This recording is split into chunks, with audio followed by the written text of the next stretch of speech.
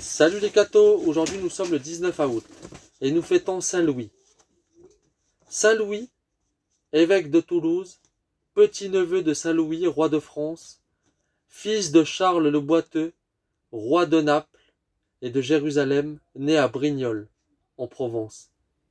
Il parut dès son enfance n'avoir d'inclination que pour la vertu. Ses récréations même se rapportaient à Dieu.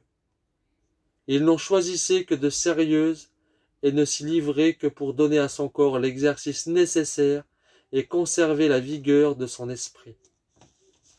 Sa promenade ordinaire consistait à visiter les églises et les monastères.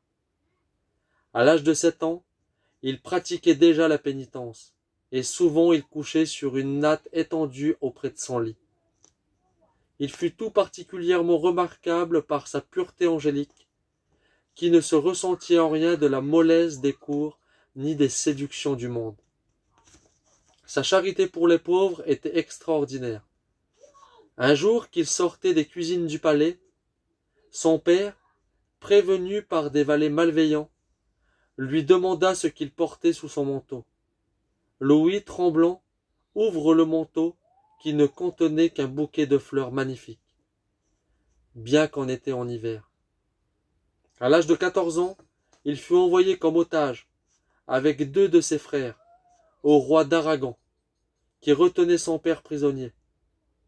Pendant ces 7 ans de captivité, il répandit autour de lui le parfum de la patience, de la résignation, de la modestie, la plus parfaite, et fut l'ange consolateur de ses compagnons d'infortune.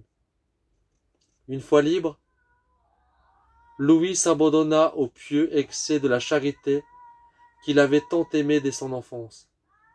Il chérissait surtout les lépreux, les recherchait, les embrassait tendrement et baisait leurs horribles plaies. Dans une maladie mortelle, il fit vœu d'embrasser la vie religieuse, s'il guérissait.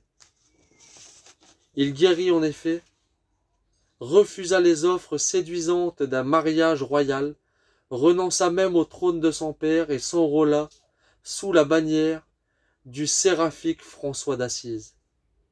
À peine avait-il consommé son sacrifice que Dieu l'appela à de plus hautes destinées. À 22 ans, il fut nommé par le pape évêque de Toulouse. Son amour pour les pauvres devint plus héroïque que jamais. Un jour qu'il sortait de consoler une pauvre malade fort misérable, ses serviteurs lui firent remarquer que son vêtement était couvert de vermine. Ce sont là, dit-il en souriant, les perles des pauvres. Dieu voulut seulement montrer à la terre ce saint pontife. À son dernier soupir, une belle rose sortit de sa bouche, et un saint religieux vit les anges emporter son âme vers les cieux. Que Dieu vous bénisse, et à plus les cathos.